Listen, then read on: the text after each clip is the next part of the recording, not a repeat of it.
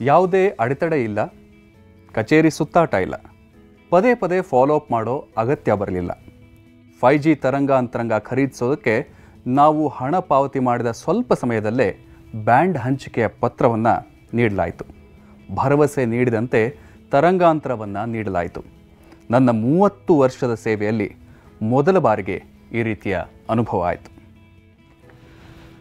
ಈ ಮಾತನ್ನು ಏರ್ಟೆಲ್ನ ಮುಖ್ಯಸ್ಥ ಸುನೀಲ್ ಮಿತ್ತಲ್ ಹೇಳ್ತಾರೆ. ಕಳೆದ ಕೆಲವು ವರ್ಷಗಳಿಂದ ದೇಶದ ಆಡಳಿತ ವ್ಯವಸ್ಥೆ ಎಷ್ಟು ಪಾರದರ್ಶಕವಾಗಿ ಕೆಲಸ ಮಾಡ್ತಾ ಇದೆ ಅನ್ನೋದಕ್ಕೆ ಇದೊಂದು ದೊಡ್ಡ ಉದಾಹರಣೆ. ಈ ಹಿಂದೆ 2G ತರಂಗಾಂತರ ಹಂಚಿಕೆ ತನ್ನ ಅವ್ಯವಹಾರದಿಂದ ಸುದ್ದಿ ಮಾಡಿತ್ತು.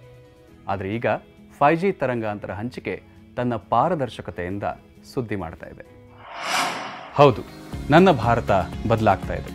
ಬನ್ನಿ, ಬದಲಾವಣೆಯನ್ನು ಸಂಭ್ರಮಿಸೋಣ, ಬದಲಾವಣೆಯನ್ನು ಬೆಂಬಲಿಸೋಣ.